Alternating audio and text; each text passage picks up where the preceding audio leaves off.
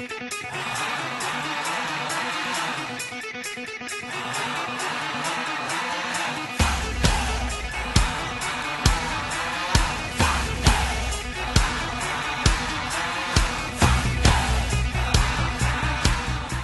a ball is cold, it gets harder, and in kicking, when you kick it that violently, you get a little depression in the ball, and that's what explodes it off your foot.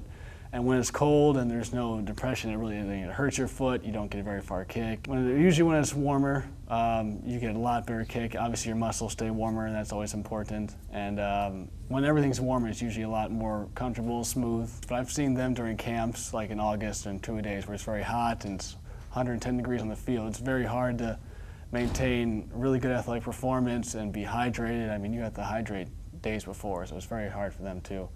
And you can see it take effects. There's fatigue.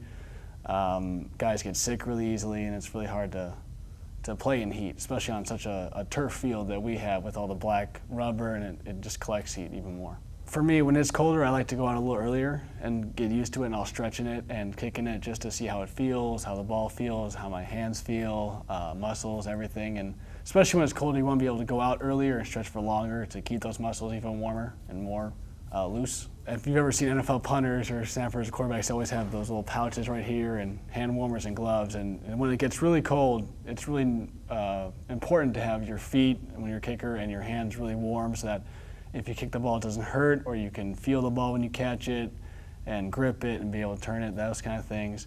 So we spend a lot of money on cold gear and hand warmers to make sure that we can do that. Well, statistically for me, I've had, in high school and even now, we haven't really had that too cold of games, but warmer games, you seem to get about 10 yards farther on kicks or on punts, average 5 to 10, and if I'm having a good day, 15.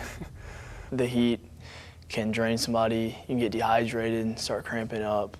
Worst case scenario, heat strokes and things like that. But and then on the flip side of that, when it's cold out, you have to worry about making sure your muscles are loose and you don't get too tight so you don't pull anything.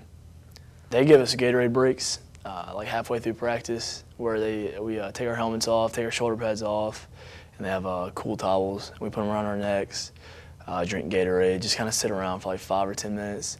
And then all throughout practice, they give us water breaks. So we can just get water whenever we want.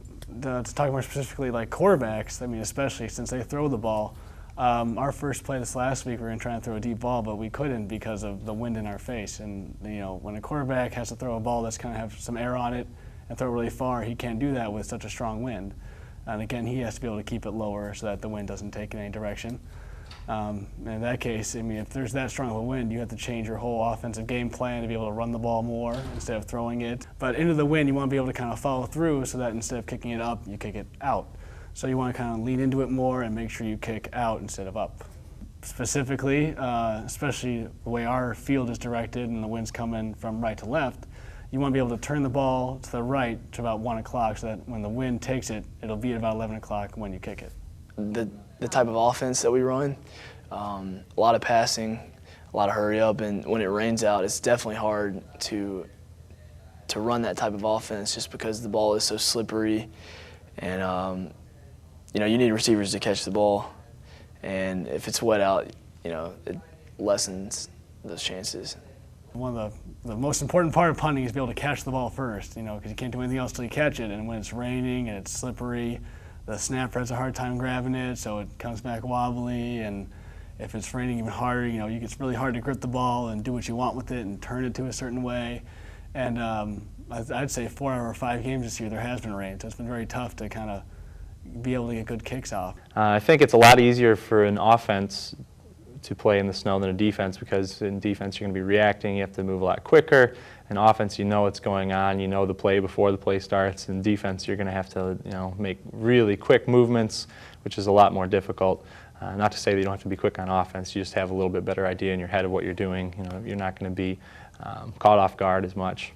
I check every day before or week before and see what the updates are and look at the radar maps. It actually really affects it a lot.